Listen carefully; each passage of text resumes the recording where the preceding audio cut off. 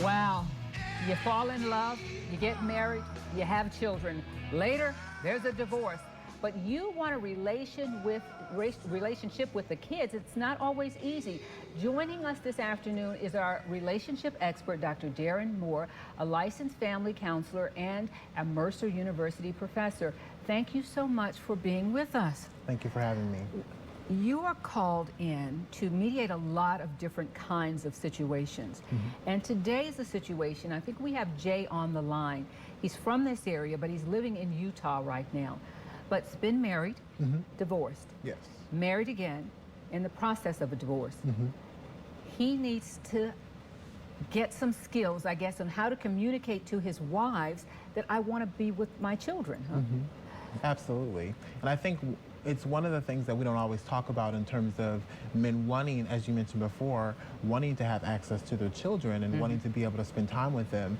And so when you have a male that's interested in that, and an African-American male to add to that, I think it's just really important for us to give a voice to some people's experience. Wow.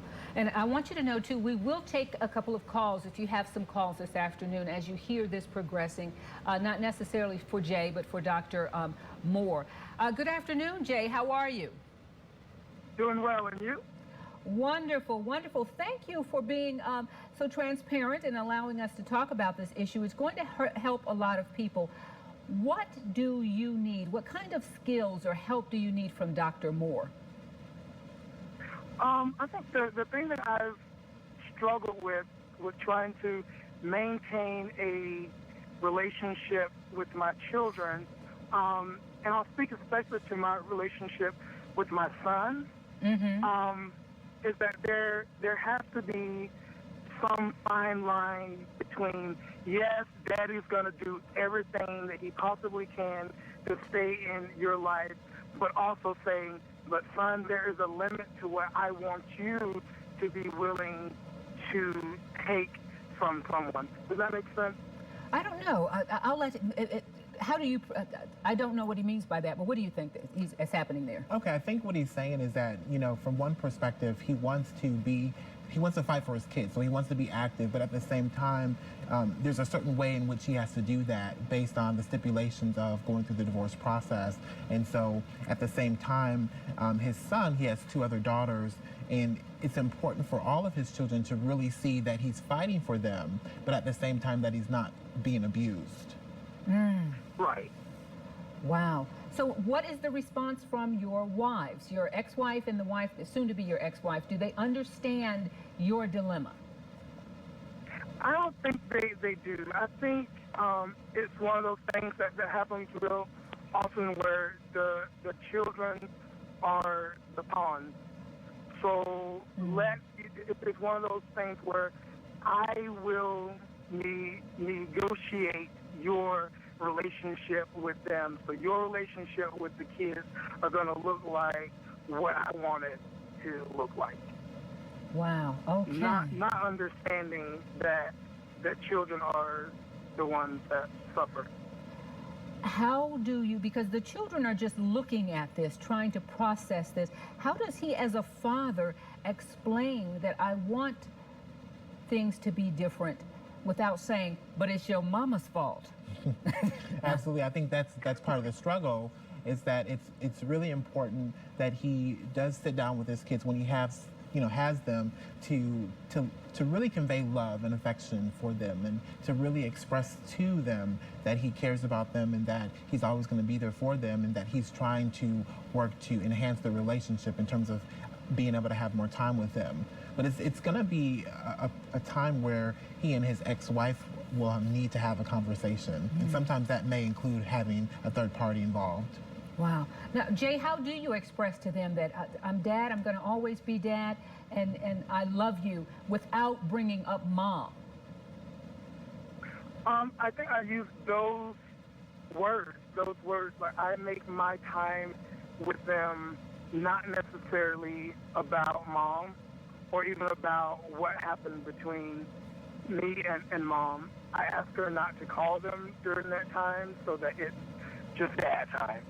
Oh, awesome, awesome. That doesn't always happen. Mm-hmm. You know, like, hey, you have them the whole week. I have two and a half days. You know, they can go without talking to mom for 2.5 days. You know, just so they have that time with me. One of the things I do, and maybe Dr. Moore can give me some feedback on this, but one of the things that I do, I don't shy away from conversations about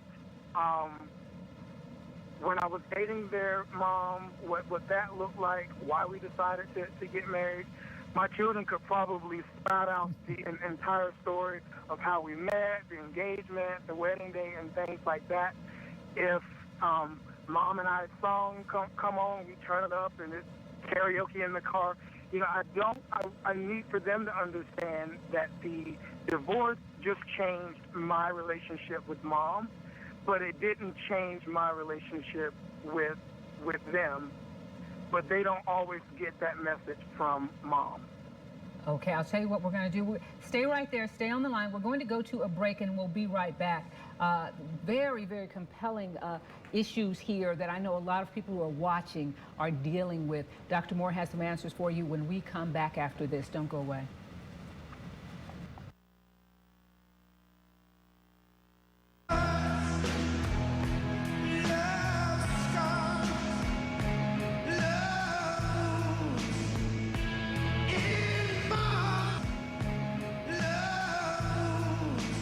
Wow, that's a depressing song. I guess love can hurt sometimes. Okay, love gone wrong can really hurt the kids. As adults, we can deal with it. So what is a father to do who wants more time with his children and wants to be able to work it out with the wife so that they come into agreement, but there's resistance there? We left going into the break, and I asked him to hold that thought. What do you think? You know, I think it's really important for, as we kind of talked about at the break, for Jay to really not just have that conversation, but also to show and to convey. I think that children really need to experience the love and affection that he has for them. Wow. The only other piece of that is, you know, I really wish that we could have a conversation with ex-wife, because it's going to be really important that she not provide the opposite, you know, information. That she actually provides the same information, and so she's a key player in this entire situation. Jay, let me ask you this: is part of your concern, part of what you're dealing with, is what your ex-wife is saying to the children? Is that an issue at all? That you may be portraying the father who cares for the kids, but they may get a picture painted differently when they get home. Is that happening at all? In fact, I remember I was sitting down with the kids once, and we were watching a Tyler Perry movie. It was Diary of a Mad Black Woman. And that scene in the closet where she's like, this is for every black woman who's ever had a problem with a black man. My son was like 4 or 5, and he said, well, Mommy had a problem with a black man. And I was like, where would he get that from? Like, what 4 or 5-year-old hears that in a movie and makes the connection to mom? Wow. So how do you deal with that? Because you cannot control the mouth of an ex-spouse. So right. We want to maybe tell them we love them, but as Dr. Moore was saying, and I think that most of us who have been through a divorce finds out that it's not that one moment. It's the process of time. They will see that, yes, Daddy was here for this, and this. Because in the back of their minds, I found out with my kids, they were trying to figure out who was right and who was wrong. Absolutely. And they will figure that out. And so... yeah, they will. Yeah, and so what will happen is that he will be able to have that relationship and that rapport with his children, and, you know, they may actually turn away from their mother. Wow, and then that'll be something else that has to be. And really, that's not what I want for them, and I know that sounds crazy, but if the cost of them loving dad is not loving mom, like, I don't see where that applies. Does that make sense? Yes, yes. Well, I'll tell you what can you leave them with? A couple of pieces of advice here. One of the things that I think is going to be really important is not only to just convey and have that conversation with your children, but I also think it's going to be important for you. I understand that you guys have gone through a divorce, but there is such thing as having a conversation after divorce. You know, this parenting aspect, you're going to be parents for the rest of your lives. So it's going to be important that if you can't have that conversation just alone, to get with someone in your town, in your state, and have that conversation with a therapist or a mental health professional if you need to. And then, of course, if you need legal advice, then you need to focus on that as well. And I think my little 2 cents, I'm not a professional, but it's just that time with them, because there's a lot of stuff bottled up and churning in them. And if you're not spending time talking, you won't know till it comes out, and they let you have it when they're 25. Absolutely. Yes, yes. Absolutely. Well, thank you so much, Jay. Well, keep in touch with us and let us know how it goes. I know that you and Dr. Moore will continue to talk, and I do appreciate you joining us on the show today. Thank you so much. Oh, you're welcome.